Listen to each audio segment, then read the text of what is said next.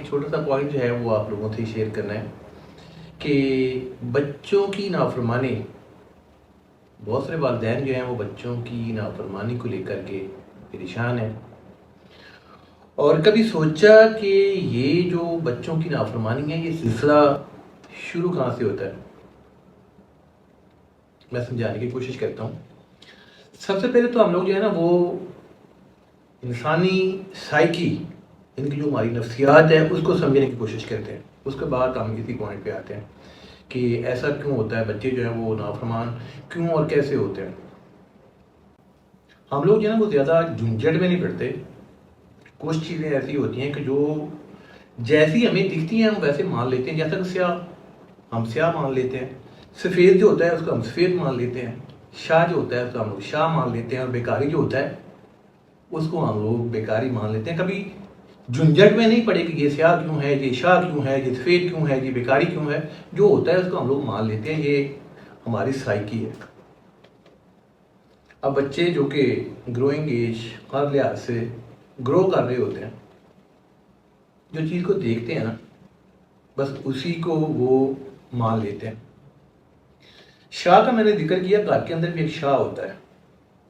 میرا مطلب گھر کے اندر خاوند صاحب ہوتا ہے، گھر کا سربراہ ہوتا ہے، اور پرابلم یہ والی ہوتی ہے کہ اس شاہ کو جس گھر کے اندر شاہ نہیں مانا جا رہا ہوتا، اس گھر کے اندر اس طرح کی چیزیں جو ہوتی ہیں، ان کی جو بچوں کی نافرمانی والی چیزیں جو ہوتی ہیں یہ شروع ہوتی ہیں۔ اور یہ ایک چھوٹا سا پوائنٹ ہے جس کی وجہ سے اتنا بڑا لاس ہوتا ہے۔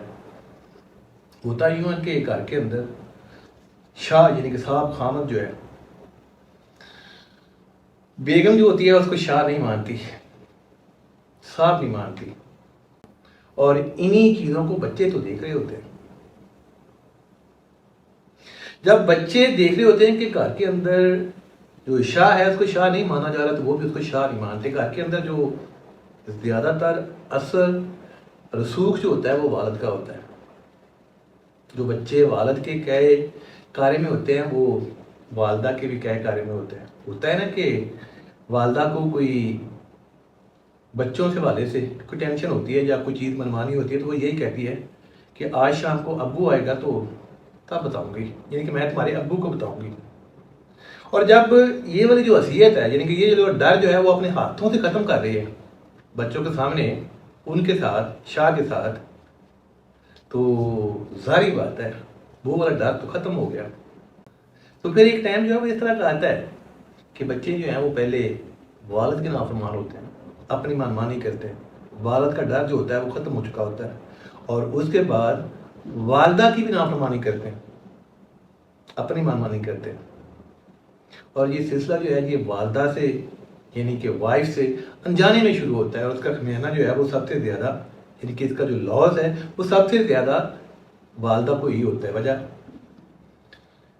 میل جو ہوتا ہے نا، یعنی بھائی جو ہوتا ہے وہ کافی حد تک اس میں برداشت طاقت زیادہ ہوتی ہے، اس نے ریونیو جو ہوتا ہے اس کو جنریٹ کرنا ہوتا ہے، اس کو اتنی زیادہ ٹینشن نہیں ہوتی اپنے والے سے۔ والدہ جو ہوتی ہے وہ تو ٹوٹلی ڈیپینڈنٹ ہوتی ہے یا تو خامن کے اوپر، یا پھر جب بچے بڑے ہو جاتے ہیں خامن جو ہے وہ کہے کارے کے اندر رہا نہیں، تو بچے جو ہیں وہ نافرمان، اور ایسے میں سب سے زیادہ لاس جو ہے وہ اسی انسان یعنی کہ بیوی کو ہوا۔ چھوٹا سا پوائنٹ تھا، سوچا کہ آپ کی گوش گزار کروں۔ اللہ تعالیٰ کی ذات سبھی لوگوں کی جو اولاد ہے اس کو فرما بردار کہے کارے میں رکھے اور سب کے اوپر اپنی رحمت کرے۔ مجھے دیں اجازت، اللہ حافظ۔